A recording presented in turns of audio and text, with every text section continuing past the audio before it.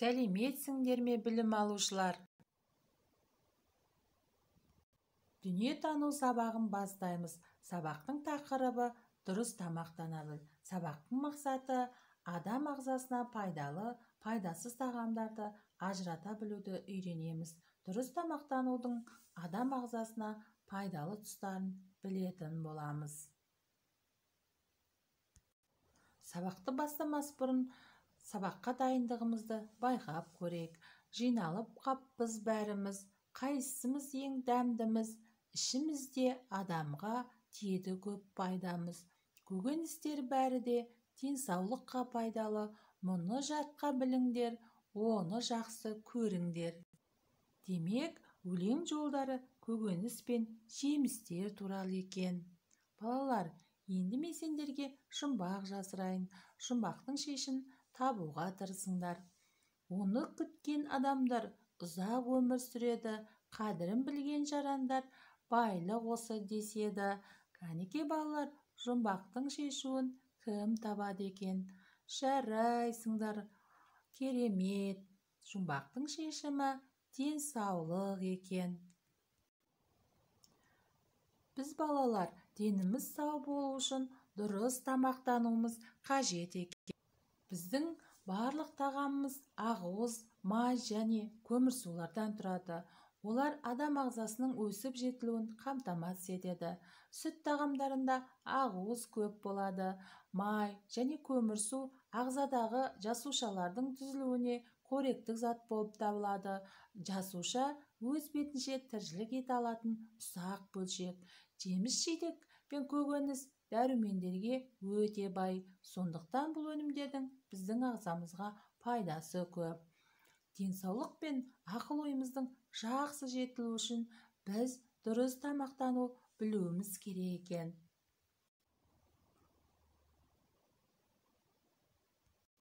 Ағзамызға қажетті қоректі заттарды күнделікті біз ішіп-жеп жүрген тағамдарымыздан алады екенбіз.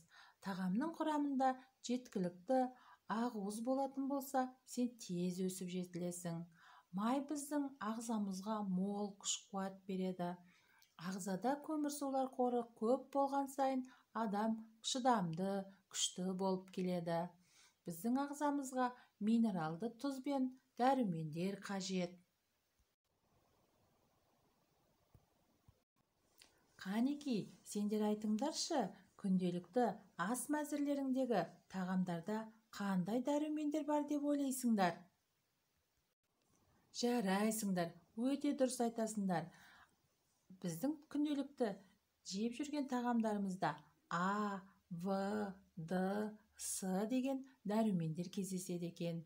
Енді балалар, осы дәрумендердің қандай пайдасы бар екен ұғып алайық. А дәрумені көздің көруін жақсартады екен. В дәрумені ағзаны нығайтып күш-қуат береді екен. Д дәрумені сүйектерді қатайтады. С дәрумені иммунитетті көтеріп, ауруға қарсы тұрады. Біз дұрыс тамақтанғанда ағзамызға қажетті дәрумендерді бойымызға жинайды екенбіз. Енді балалар, Ердос пен Дананың дұрыс тамақтану бейне материалын көріп шығайық.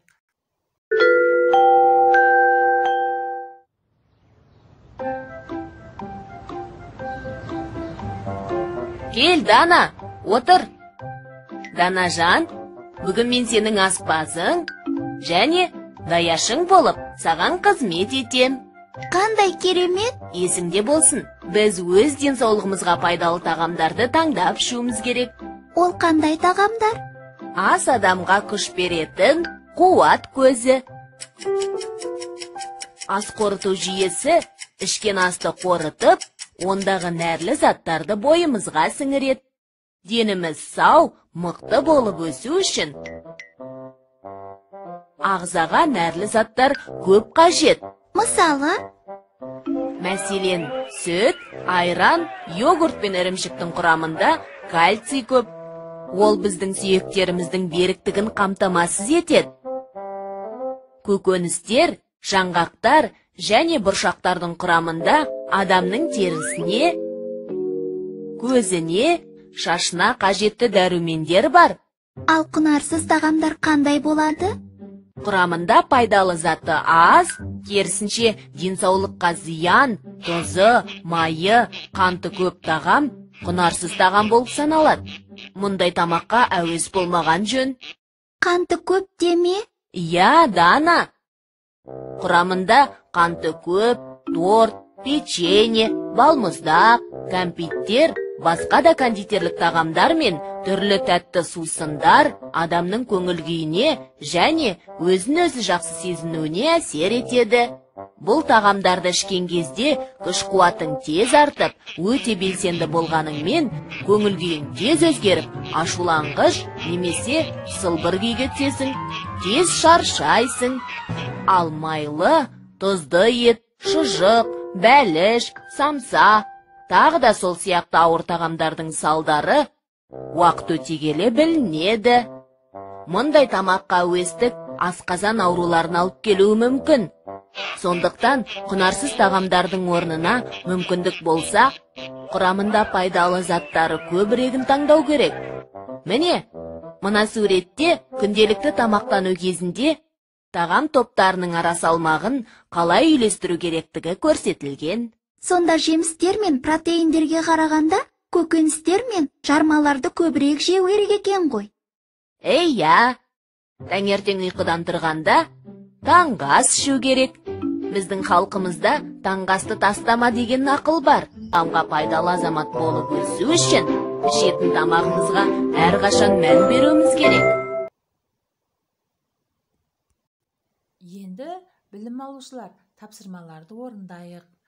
Тамақтану пирамидасына қарап, күнделікті сенің ас мәзіріңдегі кездесетін тағамдардың қай түрі бар екенін және қай түрі аз болу керек екенін дәптерлерімізге жазып қоямыз. Жарайсыңдар, дұрыс айтасыңдар.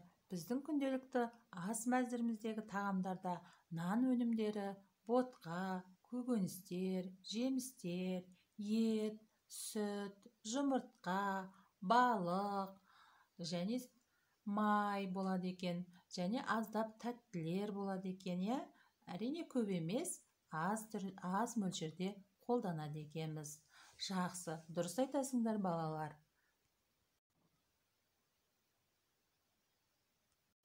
Келесі тапсырманы сәйкестендіру арқылы берілген суреттерді пайдалы және зиянды тағамдарды тауып сәйкестендіріп қоямыз.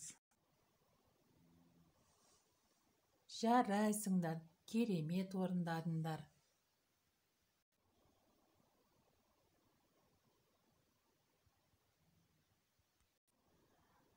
Балалар, енді ойын ойнап көрейік.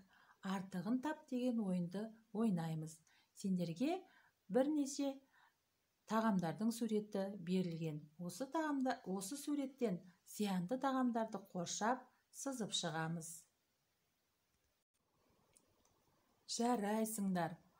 Бұл тапсырманы да дұрыс орындадыңдар.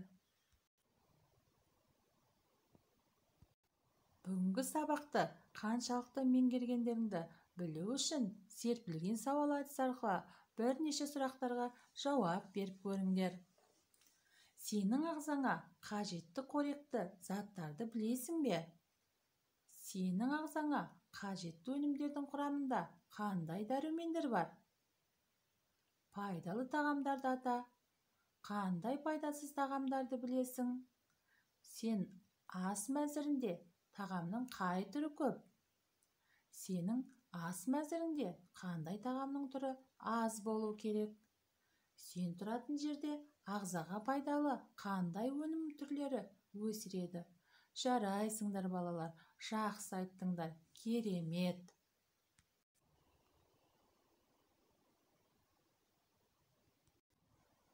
Балалар, бүгінгі сабақты барлығын түсінген болсаңдар, жасыл алманы, енді түсініп келемін десеңдер, сары алманы, түсінбедім десеңдер, қызыл алманы таңдап жіберіңдер.